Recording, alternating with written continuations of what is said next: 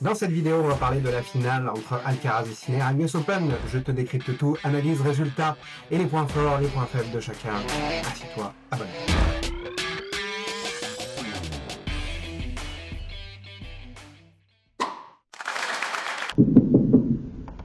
Alors qu'on se le dise les gars, la performance de Carlos a été magistrale.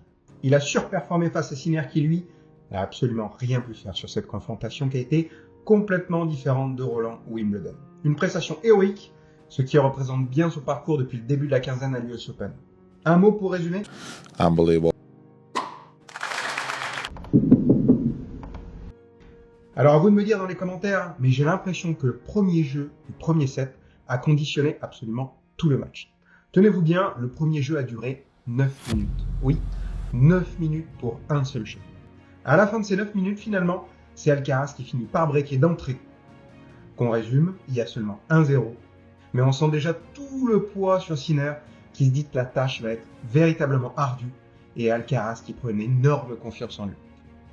Et ça se voit rien que sur les jeux suivants. Agressivité, débordement, construction des points, changement de règle, tout est là. Logiquement, Sinner s'incline sur son premier set, 6-2. Petite stat d'ailleurs qui en dit long, Alcaraz ne perd que 3 points sur son service. 3.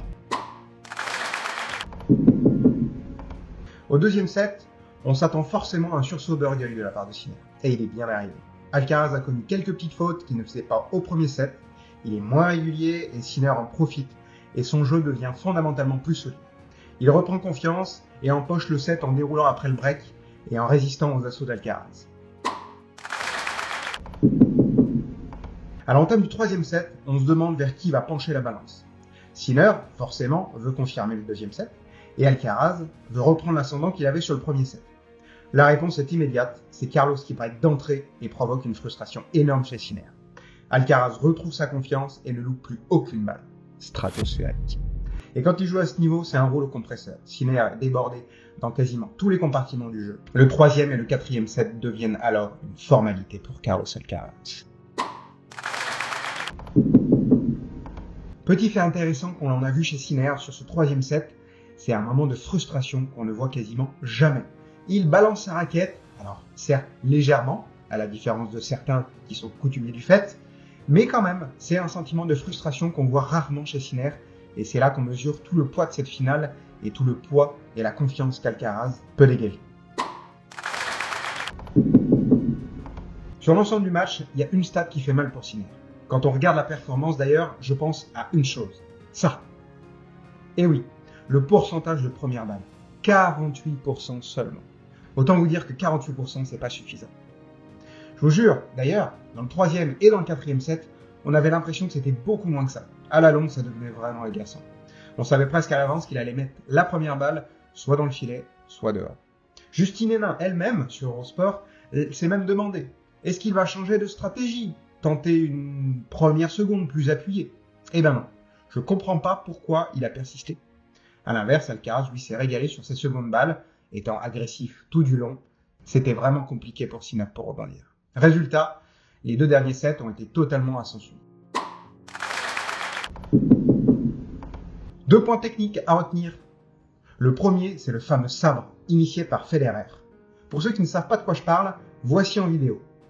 L'idée est simplement de feinter une amortie pour en réalité appuyer une balle longue dans le court opposé. L'adversaire est totalement pris à contre-pied le plus souvent, un coup magnifique qu'Alcaraz a sorti plusieurs fois avec succès. Le deuxième, c'est le slice de revers.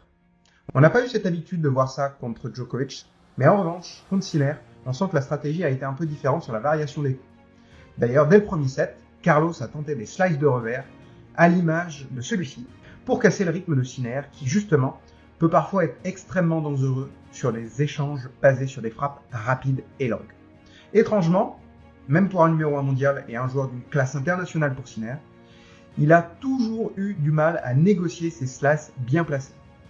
Une stratégie sans doute travaillée avec Juan Carlos qui avait dit dans une interview que Sinner était l'un des joueurs les plus difficiles à affronter sur hard, ce qui est logique. Et ces slices ont bien évidemment été payants en termes de points gagnés pour Carlos, mais surtout plaisant à regarder côté spectacle. Au niveau du classement ATP, Carlos, à l'aide de cette victoire, reprend la place de numéro 1 mondial qu'il avait perdu au profit de Sinner. Fait intéressant, Carlos a pris la place de numéro 1 mondial pour la première fois le 12 septembre 2022, justement après avoir remporté l'US Open. C'est ce qu'on appelle un retour au sommet. Voilà, merci à tous pour avoir regardé la vidéo. Abonnez-vous et rendez-vous rapidement pour commenter d'autres actualités du tennis.